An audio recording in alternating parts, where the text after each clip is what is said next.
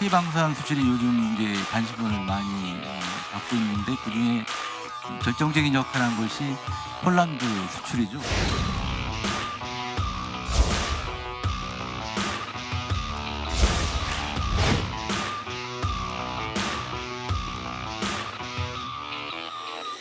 올 수출 목표가 200억 불인데 정말 최선을 다해서 이 목표를 달성하려고 노력을 하고 있고요.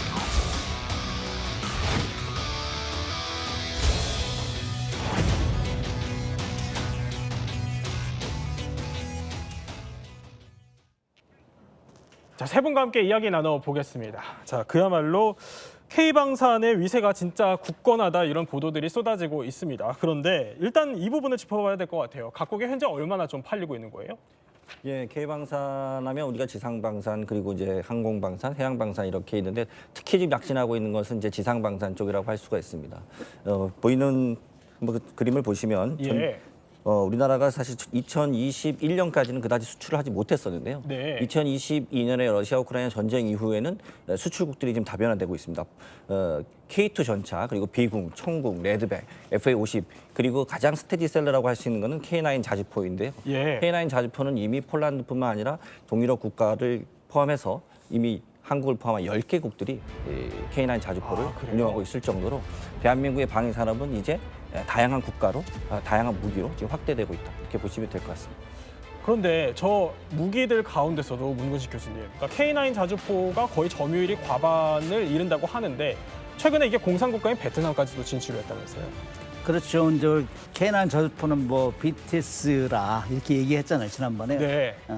무기 방산 시장에서 그 정도로 이제 점유율이 많은데 우리가 우려했던 것 중에 하나가 그럼 유럽에서는 그렇게 하고 있는데 그 향후 어떻게 이제 다른 데로 팔릴 것이냐 시장 네. 다변화가 필요하다 이런 상황에서 나온 얘기가 베트남이거든요. 그건 상당히 좋은 소식이죠. 근데 아직까지 뭐 업체에 물어보면 아직까지 구체적으로 협상은 안 되고 있는데 2년 전부터 이제 베트남 국방장관이 와서 우리 7기동전단을 훈련하는 거 보고 K9 자주포 사격하는 거 보고 작년에는 또 우리가 이제 교육을 했대요. 각 네. 구매국들 모여가지고 다 교육시키고 이런 다 참여를 했는가 봐요. 그러니까 베트남 같은 경우는 지금 중국이 굉장히 두렵잖아. 옆에 있는 나라이기 때문에 1,300km를 국경 접합하고 있고 그러기 때문에 인도 같은 데서 샀단 말이죠. 중국이 대응해서 한 200대를 샀기 때문에 자기들 사겠다 그래서 한 20대 정도 얘기가 되고 있는 상황인 것 같아요. 그렇군요. K9 예. 20대. 그렇게 되면 이제 K9 자주포 시장이 더 늘어나면 조금 전에 말씀하셨지만 뭐 10개 국가라는데 이제 11개 국가가 늘어나는 거죠. 11개 국가로 더 늘어날 수 있다. 베트남이 하면은. 그러니까 아까 지도에서 한 10개 국가 정도가 찍혔는데 저기서 1개 국가가 더 늘어날 수 있다. 그렇죠. 이런 설명이시군요. 그런데 왜 러시아 대신에 한국에 러브콜을 보낸 건지도 궁금해요. 러시아는 지금 우크라이나 전쟁 침공을 했잖아요. 예. 제재를 받고 있고 그다음에 러시아하고 중국이 이번에 이제 러시아 우크라이나 전쟁하면서 상당히 체면이 떨어졌어요. 왜냐하면은 성능 무기를 팔았는데 성능이 가다가 불발탄 발생하고 떨어지고 이런 게 많았어요. 그래서 예. 상당히 약한데 베트남 같은 경우는 지금 중국이 두렵단 말이죠. 지금 지도에 나오는 것처럼 해도에 나오는 것처럼 남중국해 영유권 분쟁이 엄청나게 심화되고 있어요. 예. 그래서 베트남 같은 경우는 2009년도에 러시아에서 킬러급 잠수함을 6척이나 산 나라예요. 아, 그래요? 그래서 해양력 예. 강화하고 있는데 계속 이런 상황으로 가고 있는데 지금 그 육지까지 이제 불안한 거죠. 네. 그렇기 때문에 이제 앞으로 러시아제보다는 이제 우리 걸 사게 되면은 우리 같은 경우는 공산권에 파는 적이 거의 없거든요. 예. 그러나 러시아에 이제 우리가 팔면은 이제 이 베트남을 기점으로 해서 호환이 되고 우리끼리 이제 예. 소환 국가끼리 그렇기 때문에 상당히 좋은 기회죠. 그렇기 때문에 이제 베트남 같은 경우는 지금 한국 거를 이제 문을 두드리고 있는데 베트남 사면 거기 인접국가 라오스도 있고 뭐 캄보디아 있고 이런 네. 확장될 가능성이 많죠. 그렇군요. 지금 영상으로도 계속 K9 자주포가 나오고 있는데 도대체 저게 성능이 좀 얼마나 훌륭하길래 세계적으로 인기가 많은지 좀 궁금해지는데 이게 존재감을 각인시킨 대표적인 사례가 있었다면서요? 그렇죠. 이제 우리가 무기를 팔 때는 그 나라에서 프로븐이 됐느냐, 성능이 입증됐느냐 그 나라에서. 이것이 중요한 예. 거예요. 아, 그래서 우리 거 해보니까 이렇더라. 이걸 설명할 수 있는 가장 쉬운 방법이 있거든. 네. 근데 우리가 이제 2010년 그 연평도 뼈아픈 사건이 있었잖아요. 연평도 예. 포격 사건 때 북한에서 기습으로 막 날렸잖아요. 네. 120mm 방사포를 날려가지고 170여를 쐈는데 우리는 그냥 대비도 안 하고 있다가 갑자기 응사를 한 거예요, 우리가. 13분 만에 응사를 했다는 거는 이거 기록적인 사건인데 아, 예. 미국에서도 칭찬할 정도로 이 정도에 우리가 한 80여 발을 쐈는데 그때 무도 기지에 대해서 그때 이제 국민들이 들어부어라 그냥 네. 날려버려라 네. 그럴 능력이 든다 이거죠. 그러나 그때 이제 확전을 방지하기 위해서 안 했는데 그런 것이 많이 소문이 났어요. 그래서 이제 북한에서도 이거 정말 건드렸다 큰일 날 뻔했다 네. 이런 얘기가 나올 정도 되니까 이제 이수는 퍼지는 것이고 사실상 K9 자주포는 뭐 한 40km 정도 돼요 사거리가. 그렇기 때문에 멀리 곡사포잖아요. 그렇기 때문에 엄청난 긴 거리인데 그럼에도 불구하고 명중률도 대단하고 네. 그렇기 때문에 이게 소문이 나가지고 지금 뭐 우리가 저 유럽에서 이 폴란드가 막 우리 역할을 하고 있잖아요. 우리 홍보대사 역할을. 그래 계속 시험 발사하는데 우리는 너무 정확하다. 명중률도 정확하고 그다음에 이제 이 가격이 더 싸요. 같은 동종의 이제 이 독일계가 있는데 PGH 2000이라고 있는데 이거보다 분당 발사 수는 약간 적어요. 그럼에도 불구하고 가격이 싸요. 네. 가격은 절반급으로.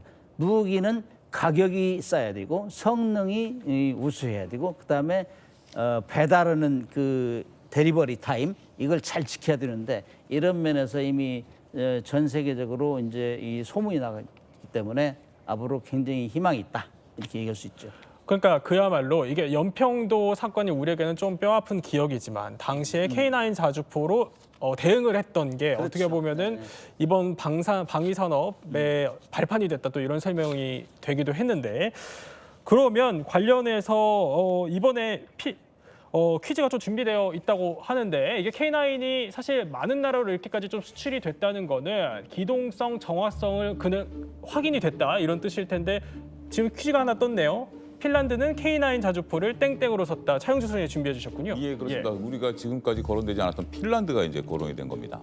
핀란드가 K9 자주포를 땡땡으로 샀다가 퀴즈가 되겠습니다. 땡땡으로 샀다. 아마 두 분은 답을 알고 계시겠죠? 네, 무기 전문가시니까. 네, 저는 모르니까 제가 한번 맞춰볼게요. 자주포를 현금으로 샀다 아닐까요? 현금보다는 할부가 조금 더 할부로 샀다. 예. 네. 원래 정답은 땡땡이 두 잔데. 아 그렇네요. 예, 네. 중고로 샀다가 정답입니다. 중고로 샀다. 이게 예. 2016년도 얘기인데요. 2016년도 노르웨이가 자주포를 도입하기 위해서 우리한테만 기회를 준 게 아니라 독일, 프랑스 등과 같이 경쟁을 시켰습니다. 그러다 보니까 인접 국가인 핀란드와 에스토니아가 참관을 했는데 네. 에스토니아 같은 경우 우리가 잘 모르실 수도 있겠습니다만 핀란드 바로 밑에 있는 국가거든요. 발트해 위에 있는. 그러니까 이제 추운 지방에서 기동성을 이제 시험을 한 거죠. 여기에서 이제 K9 자주포에 대한 성능을 믿고 구매를 하겠다라고 하니까 우리가 지금 당장 줄 수는 없다. 그 대신 네. 중고를 니네가 사가면 주겠다라고 그래서 핀란드가 우리 2017년에 K9 자주포 48문을 중고로 구입해 갔습니다. 근데 이제 그때 당시 중고로 구입해 갔으니까 이게 2024년부터 2030년까지 개조 작업까지 우리가 또 최근에 수주를 했어요. 그렇기 때문에 중고로도 수출을 하고 이후에 개조 작업까지 참여하는 쾌거를 우리가 보이고 있다. 이렇게 설명을 드릴 수가 있겠습니다. 그야말로 그만큼 성능에 놀랐다는 건데 지금 영상으로만 봐도 눈발에서 기동을 그야말로 자유자재로 하는 모습이 저게 보여요. 굉장히 그때 당시에 저도 굉장히 화제로 봤었던 건데 독일 전차하고 프랑스 특히 이제 독일 전차하면 엄청나게 우리가 물론 가격도 굉장히 비싸긴 합니다만 근데 안타깝게도 핀란드가 요구하는 성능에 못 미쳤어요. 그래서 제가 그때 기사가 기억이 나는 게 왜 못 미쳤느냐라고 하니까 우리는 최악의 상태를 가정한다. 최악의 상태가 어디냐? 우리나라 전방이 어디까지 온도가 떨어지느냐? 영하 55도까지 떨어질 수도 있기 때문에 네. 그거를 감안해서 만든 K9 자주포니까 예. 독일이 아무리 좋다 하더라도 독일은 겨울이 없으니까 예. 그 성능에 있어서 우리가 앞섰다라는 기사를 제가 본 기억이 납니다. 그렇군요. 그만큼 성능에 또 놀랐다는 건데 그럼 이거를 좀 뒷받침하는 또 다른 사례가 있어야지만 저 정도로 좀 팔릴 수 있는 거 아니겠어요? 또 사례가 있나요? 우리 걸 보고 선전해 준 나라가 몇 개 있죠. 에스토니아 조금 전에 말씀하셨는데 예. 에스토니아 그 장성이 이제 우리 이 시범을 보러 왔어요. 그런데 이제 우리가 이제 그 조작을 시켰는데 아주 군대 입대한 지 얼마 안 되는 초등병한테 시켰나 봐요. 그러니까 그래요? 굉장히 쉽게 이렇게 할 수 있다. 누구나 이렇게 핸들링할 수 있는 이런 정도로 쉽게 했다. 여기에 한번 놀랐고 그다음 이집트 같은 경우는 해안선이 있는데 이 육군포잖아요. 이게 지상에서 하는 건데 이거를 해안포로 이제 변경한 거예요. 그래가지고 해안에 이제 함정을 보고 사격했는데 정확도가 엄청 정확하다. 그래 이집트에서 살려고 하고 있고, 예. 그다음 미국 같은 경우도 이제 인도 같은 경우는 좀 까다로워요. 사실 인도가. 그래요? 예. 러시아하고 무기 경쟁을 시키면서 엄청나게 주문이 많은데. 저게 인도 영상이라고 하네요. 네, 인도는 모래 언덕 테스트를 했다고 그래요. 그래가지고 네. 러시아하고 시합을 시켰는데 예. 러시아는 중간에 포기했고 우리는 사실 저게 포신이 8m면 엄청 긴 거거든. 아, 그래요? 예. 근데 이걸 가지고 67km 이상 다녀야 되니까 엄청나게 균형 감각이 있고 그래야 되는데 모래 언덕 같은데 경사지면 못 올라간단 말이죠. 네. 근데 우리가 그거 이겼고, 그다음 미국 같은 경우도 최근에 이제 우리가 미국 시장을 녹화하고 있어요. 그래가지고 가서 보여주고 그러는데 미국 시장에서 깜짝 놀란 거예요. 야, 참 우리가 6.25 때 지원한 이 나라에서 우리보다 훨씬 좋은 전자장비 이런 거 다 실었다. 네. 깜짝 놀래요. 그런 것들을 계속 입소문을 내니까 아, 이거는 정말 대단한 포구나. 우리가 그야말로 무기 세계에서 BTS라는 거짓말이 아니구나. 이게 입증이 되고 있는 것이죠.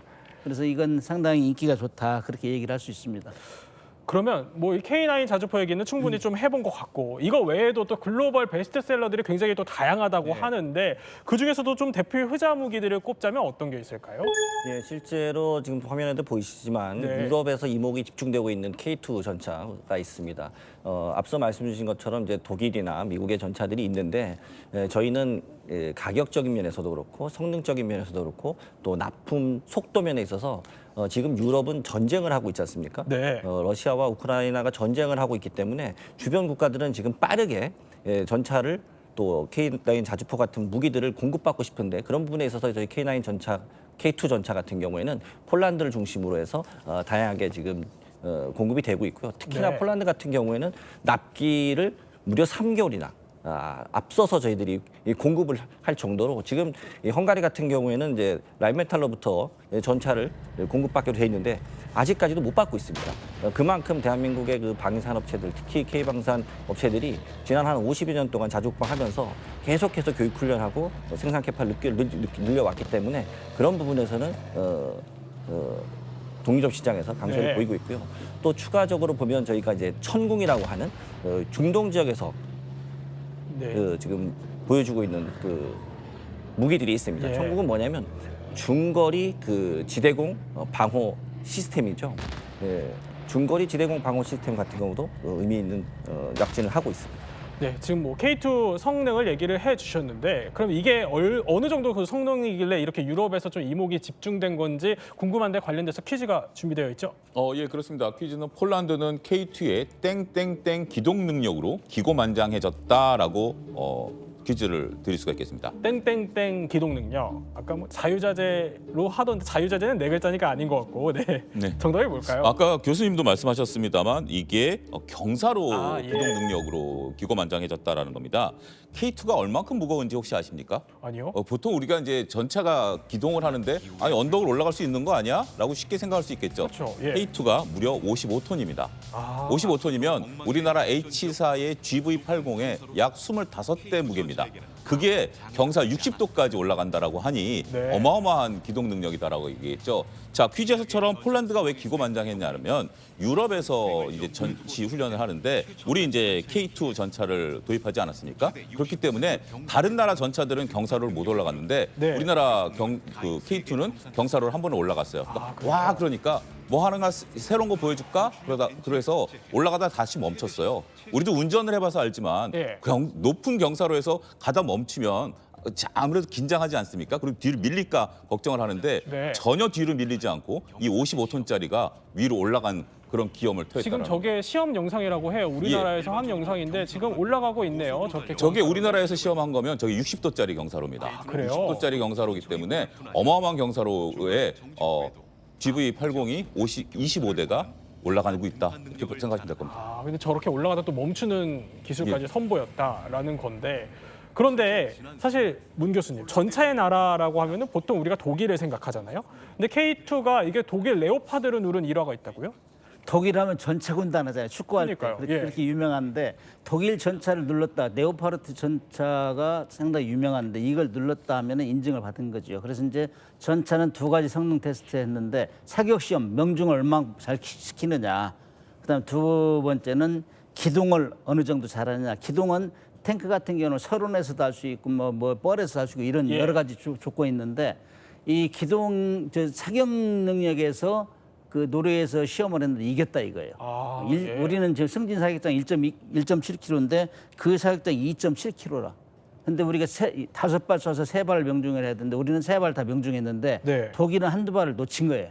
그러니까 거기서 일단 졌고. 네. 그다음에 설은 지금 그림에 나오지만은 워낙 그 설원에서 잘 달리니까 예. 야 속력 좀 낮춰 속력. 한국 거 너무 잘 나가는 거 아니야? 네. 이렇게 견제할 정도로 이렇게 해가지고 상당히 에피소드가 많이 회자됐어요. 그렇기 예. 때문에 그런데 아쉽게도 이렇게 좋은 성능임에도 불구하고 우리가 못 팔았어요. 영국에. 왜냐하면은 나토에서 계속 견제를. 그래서 우리는 뭐 다 판다고 생각했는데 거의 못 팔았단 말이에요. 그래서 나토가 지금 우리를 견제하게 뭉치고 있다. 이것이 상당히 중요한 포인트입니다. 그런데요, 교수님. 사실 현대전, 뭐 사이버전, 인공지능에 지금 뭐 우주전까지 거론이 되고 있잖아요. 근데 저 재래식 무기가 각광받는 이유가 있어요? 원래 전쟁은 쉬운 말로 하면 땅 따먹기잖아요. 땅 따먹기. 그렇죠. 예. 근데 뭐 요즘 뭐 사이버전, 뭐 미사일전 해도 그건 날아가면은 확보가 안 되잖아요. 네. 지금 우크라이나 러시아 전쟁하는 거 보면은 계속 기동전 하잖아요. 기동전. 그럼에도 불구하고 기동전의 성능도 있지만은 전술을 잘 활용해야 되는데 우크라이나가 비교적 적은 세력 가지고 대규모의 이 러시아 그 전차 군단을 막고 있잖아요. 예. 그렇기 때문에 이 전쟁의 패턴은 막을 수가 없어요. 왜냐하면 땅 따먹기니까 사실은. 그럼에도 불구하고 지금 뭐 이제는 탱크의 시대가 가는 거 아니냐 이런 얘기도 나와요. 왜냐하면은 그 무인기, 값싼 무인기로 탱크를 격파하잖아요. 네. 그럼에도 불구하고 그런 공중전, 사이버전 여러 가지가 있지만은 탱크는 그래도 또 미사일은 가격이 비싸잖아요. 한 예. 발에 수십억씩 하는데 이거는 뭐 수천만 원 뭐 이러기 때문에 이건 무시할 수 없다. 네. 이 영토 전쟁이기 때문에 이거는 무시할 수 없다 이렇게 볼 수 있죠. 그러면 또 두 번째 베스트셀러를 한번 저희가 짚어보겠습니다. 두 번째 베스트셀러는 천공이 뜨네요. 그러니까 최근 이라크를 비롯해서 중동 국가들이 천공2를 도입하기 시작했잖아요. 이건 어떤 의미로 봐야 되죠? 사실 그 중동 국가들 중에서 예. 아랍에미레이트가 제일 먼저 천공2를 도입을 했고요. 그리고 이어서 사우디아라비아, 네. 그리고 이제 작년에 이제 이라크가 천공2를 도입을 했습니다. 그럼 왜 과연 중동 국가들이 이렇게 우리나라의 지대공 방공 시스템은 천공2를 도입하느냐? 예. 여러분 자세히 생각해 보면 우리가 패트리어트라고 하는 이제 지대공 방공 시스템이 있습니다. 이게 한 세트가 한 1조 3천억 원 정도 해요.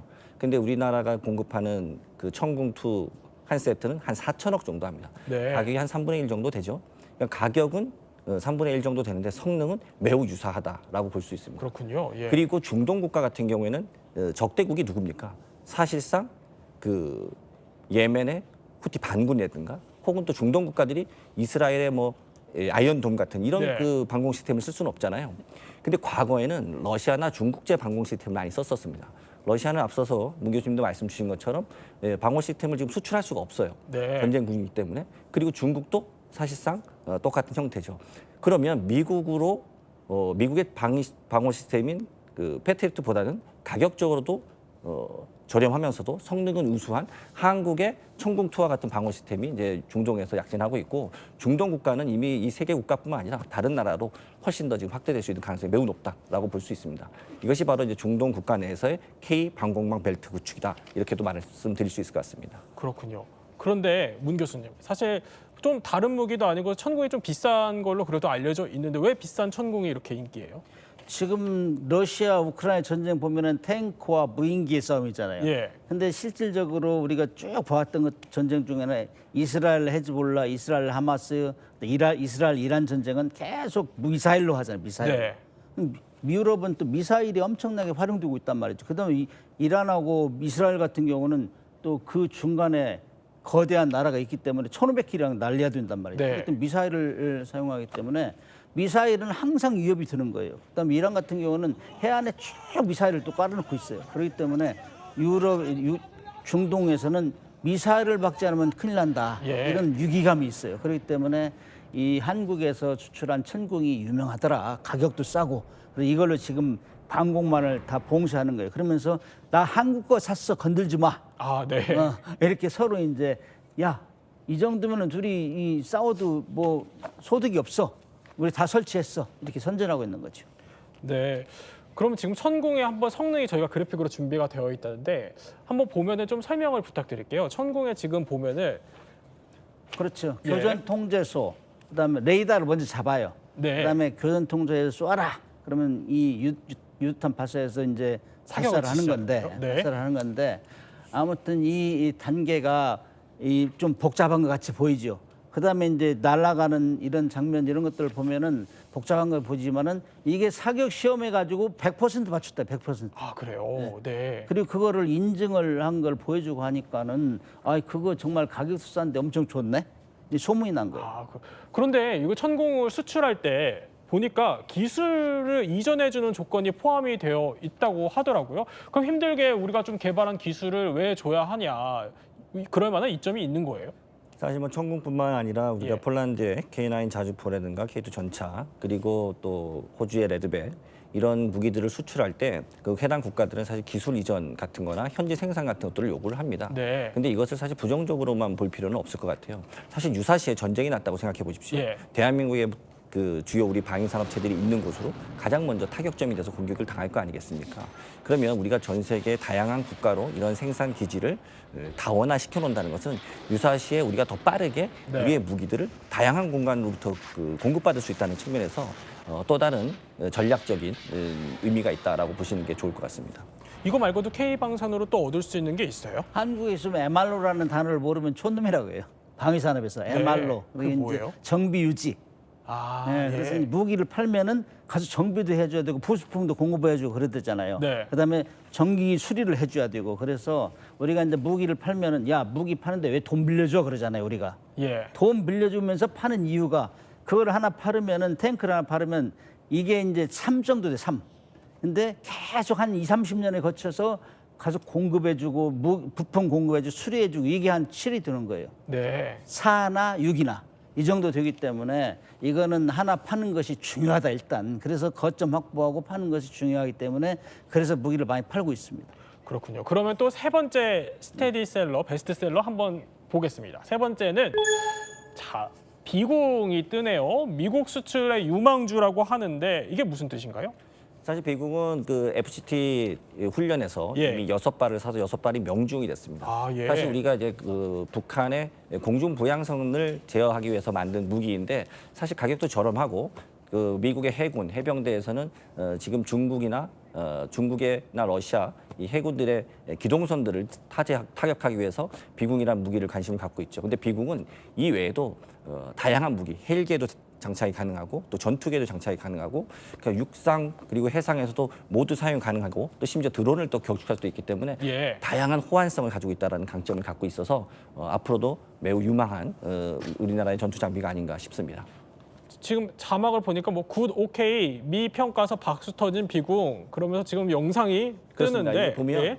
이 배군 같은 경우에는 레이더 기술뿐만 아니라 적외선 감지까지 하기 때문에 예. 그 무엇보다도 명확하게 표적을 적중한다는 측면에서 이번에 6발을 쏴서 6발을 다 맞추다 보니까 네. 바로 굿, 오케이 이런 단어가 나올 정도로 앞으로 미국 시장을 뚫을 수 있는 전략적인 무기 중에 하나라고 볼 수 있을 것 같습니다. 그 미국 시장을 뚫었다는 전략적인 무기 이게 그러니까 미국 시장에서 어떤 점이 가장 반응을 해서 그런 거예요?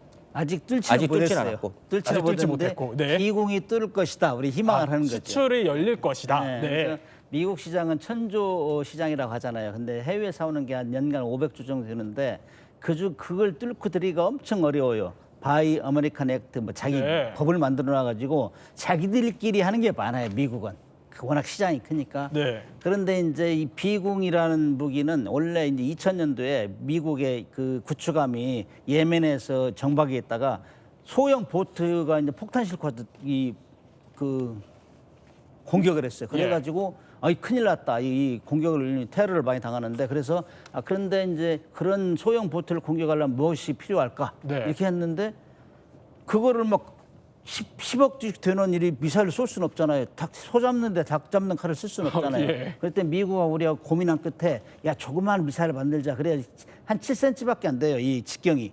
그거를 이제 미국하고 둘이 우리하고 공동 개발을 하기로 했는데 네. 미국에서 다른 사업 때문에 우선순위가 밀린 거예요. 예. 그럼 우리가 이제 그걸 계속 지속적으로 개발했는데 우리는 뭐 전 NLL 근해에서 이제 공기 부양정이 막 내려오잖아요. 북한 개전 초에 네. 그걸 공격하고 고민 많이 하고 있었어요. 근데 그걸 우리도 공격하자 해가지고 만들어가지고 우리 해병대 이 차량에 실어가지고 공격하고 있고 조금 전에 말씀하신 대로 이거는 항공기 헬파이어 미사일 비슷한 건데 요거는 이제 그 우리 코브라 헬기나 뭐 K1A나 이런 데 실어가지고 공격하자.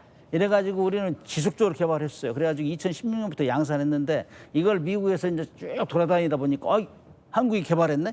이거 우리 한번 테스트 한번 해봐. 네. FCT, Foreign Comparative Testing이나 자기들 미국 애들은 자기들 쓸만한 거 있으면 돌아다니면서 와 한번 테스트 해봐 그래. 테스트 학교 가면은 사준다 이거죠. 그런 상태로 해가지고 아무튼 2차 시험까지 다 끝나 6발 쐈는데 6발이 명중했기 때문에 미국에서 듣자 하니 이미 예산도 편성했다 하는 얘기가 들려요. 그렇기 때문에 이것만 그래요? 터지면은 미국 시장을 뚫는 일호가 되는 거죠. 그동안은 그동안은 우리가 비행기 사면서 미국에 사면서 네. 그 비행기 샀으니까 우리 부품 좀 공급해 해가 그 정도 부품은 팔았는데 네. 이 완성품은 팔은 적이 없어요. 아, 그래요? 그렇기 때문에 이게 이제 완성품으로 가는 1호가 된다. 그렇기 때문에 상당히 상징적이고 미국 시장을 뚫었다는 데서 또 다른 나라에서 살려고 하죠. 이제 이렇게 되면 아시아 중동 쪽에서도 뭐 살려고 많이 노력을 하겠죠. 그러니까 그동안은 아주 일부, 그러니까 보면은 부품 정도만 수출을 했었는데 그렇죠. 미국을 상대로 완제품을 처음 1호로 수출을 그렇습니다. 하는 네. 기록적인 성과를 좀 쓰게 되는 거군요.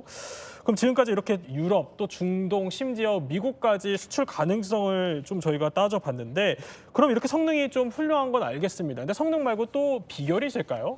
저희가 앞서 말씀드린 것처럼 대한민국은 유일한 분단 국가고 예. 1970년부터 계속해서 그 자주국방 하면서 국산화를 해왔지 않습니까?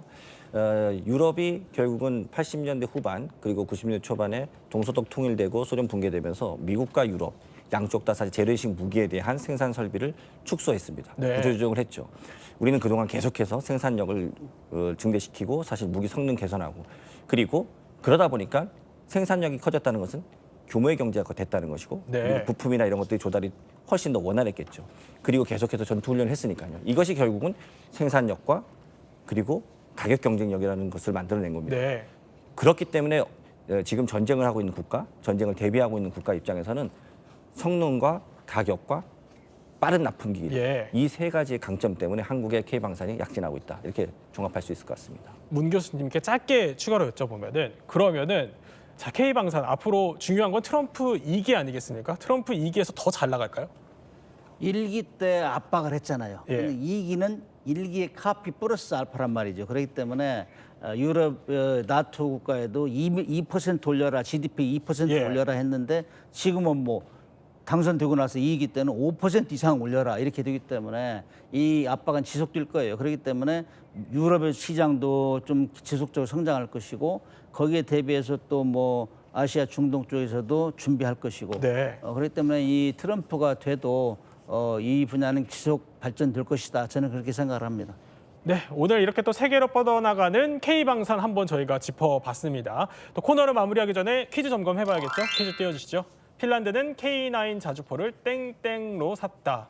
네, 평론가님을 제외한 나머지 두 분이 맞춰주시면 됩니다. 워낙 전문가들이셔서 좀 민망하긴 하지만 그래도 맞춰주시면 되겠습니다. 하나, 둘, 셋. 중고로 샀다. 중고로 샀다. 못 맞히시는 줄 알았어요. 네. 중고로 샀다 답을 맞춰주셔서 네, 지식 배터리 80에서 100%로 충전됐습니다. 네, 지금까지 이야기 마스터 세 분과 함께 K방산 몰랐던 이야기 살펴봤습니다.